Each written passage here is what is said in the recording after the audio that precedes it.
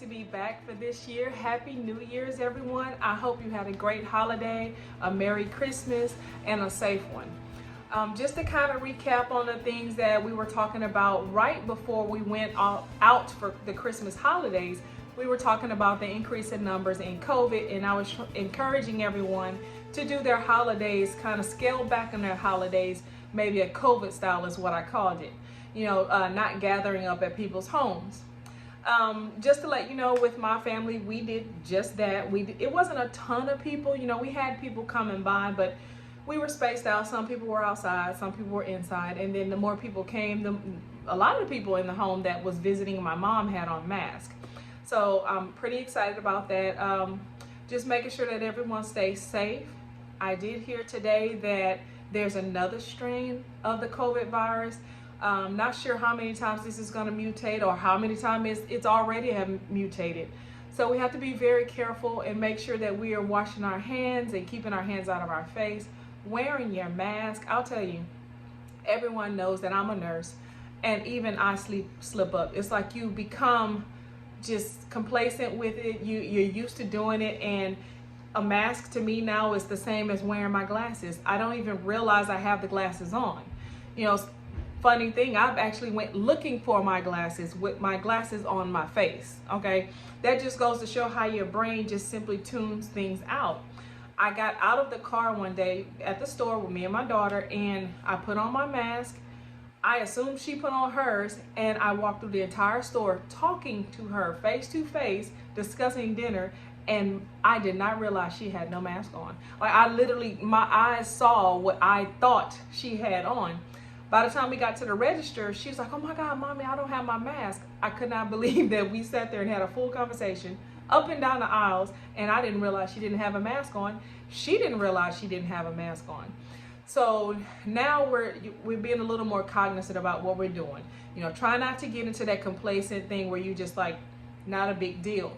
Because the numbers are rising. Here in Houston, our positivity rate is well above 15.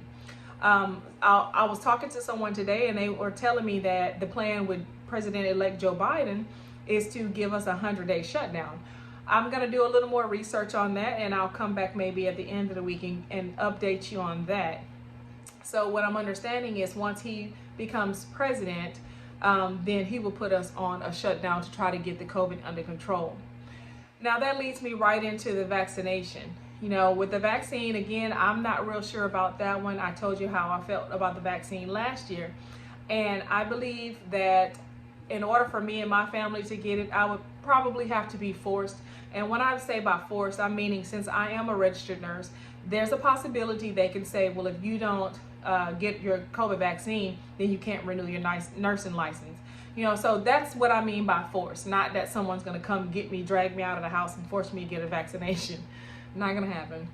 Okay. And then we'll move on to other things that happened in this little 2-week period of January. One of the funniest things I saw on Facebook was a meme that said, okay, 2021, we've experienced our 7-day trial.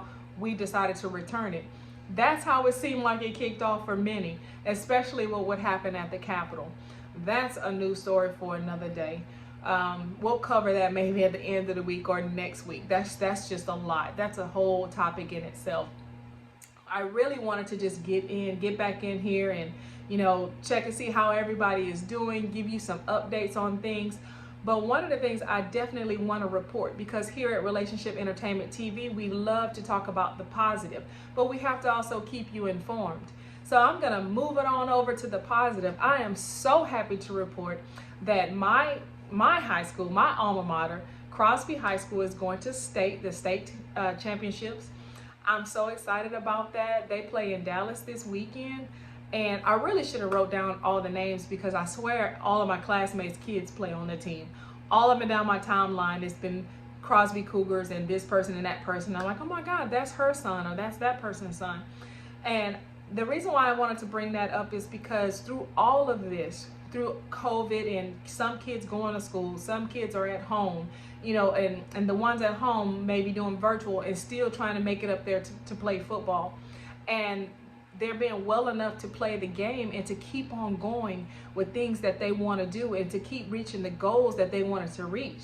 A lot has went on last year, for them to stay focused and play so well to the point where they're going to state. So I'm super excited about them. I won't be going to the game because I'm lazy and didn't get a ticket, but my son will be going. So he'll give me some highlights, and I'll catch some highlights on Facebook with several of my classmates, and I'll be happy to report on that and brag to let you know how that went. I'm pretty sure they're gonna win. But adding to that, I saw today on the news that they were talking about encouraging people to call each other to do video conferences. And I know what you're saying, oh my God, I am so sick and tired of Zoom meetings. But they actually help. A while back we talked about mental health during COVID and us being isolated from each other. I do see that some people are being a little more lackadaisical. You see people having parties, or you see some of the bars having, people meeting up at the bar. And that face-to-face interaction you need it. I miss it. As I said before, I miss hanging with my friends. I miss being able to go places. But you have to be careful. You have to be very careful about that. But until we're able to get out and about and enjoy life as we used to, I want to encourage that face-to-face, let me say face-to-camera interaction. Start having Zoom parties. Like I mentioned before, the wine parties that me and my cousins would have, and we're on there talking to each other, and it's not the same as you physically being able to hug your cousin or anything like that, or being at their home, but it still gets you around people and talking to people. One thing that I can say, even though we've jumped into 2021 and it seems like it's starting off a little rocky, what 2020 has taught us is family. Family and friendship is where it's at, is your family that's inside your home. But we all have to understand that not everyone have 3 to 4 people in their home with them, or children in their home. Like my mom and my stepdad, it's just them.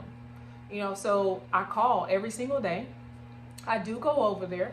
My daughter was just over there today, but we're very cautious about how we do things, so we, because with the elderly people, I think it's needed. It's a little difficult to isolate yourself from them. However, if we are not feeling well, even if it's just the sniffles, we don't go over there, because we want to make sure that they're protected, make sure that we're protected, right? Okay, so basically what I'm doing in this episode is kind of recapping everything. If you kind of see, oh my gosh, she's jumping all over the place, I'm sprinkling a little positivity with some information, so we can kick off this year right. Also, I wanted to talk about, let me go back to the vaccination, because I kind of went through that pretty fast. Some of the things to look out for if you do decide to go take the vaccination: get as much research as you can. When you go to your primary care doctor, make sure you ask questions about what's in it, because there's a lot of allergies. My stepdad's allergic to the flu shot. You don't want your first time getting the COVID vaccine to find out you're allergic to something in it. So find out what's in it, find out how many people have reacted. I'm pretty sure there's some type of data that the physician should have showing the number of reactions to it, because they have that on all medications and all vaccinations. If they don't physically have it in their office, then they know who you can call and get this information for. So just a word of advice: if you're planning to get your vaccination like next week or sometime, set up a consultation with your doctor or a pharmacist and ask them what are the things they've heard. Ask them to be honest with you. Ask them not to give you that commercial spiel, and what I mean by that is telling you, yeah, you need to get this and blah, blah, blah. They basically sound like they're reading from a script. You want to know serious business. How many people have reacted? How many people that you've given the shot to that have had a reaction? You want to ask them those truthful questions so you can discern if this is something that you actually want to do. Because what they're doing is they're doing this vaccination rollout. Right now, I think we're still with the elderly, the people with chronic conditions, and then children. I believe is 18-year-old young adults that have chronic conditions. So you can check that to make sure. But right now we're in that phase where the most vulnerable people are. If my mom go to the doctor and the doctor says she needs a shot, she's just going to let them give her the shot. She's not going to ask the questions that I would ask.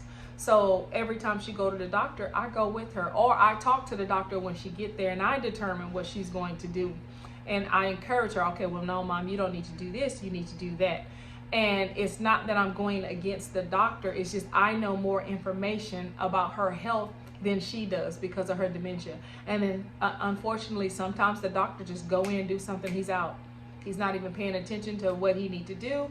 And it's not to talk bad about physicians, because they're phenomenal, they're my colleagues. It's just sometimes they're moving quickly, you know, and they have what's in front of them, this is what the treatment is going to be, and they move on. So you have to just be your own advocate is all I'm saying. Just make sure, and even if you have that person that is elderly and you don't see that their children come around often, you know, take them under your wing and talk to them about what they're doing, or if they've gotten a vaccine or any vaccination, that'd be pneumonia, flu, you know, any of them too. Just make sure that they're okay. You know, if 2020 taught us anything, is to take care of each other and to be there for each other.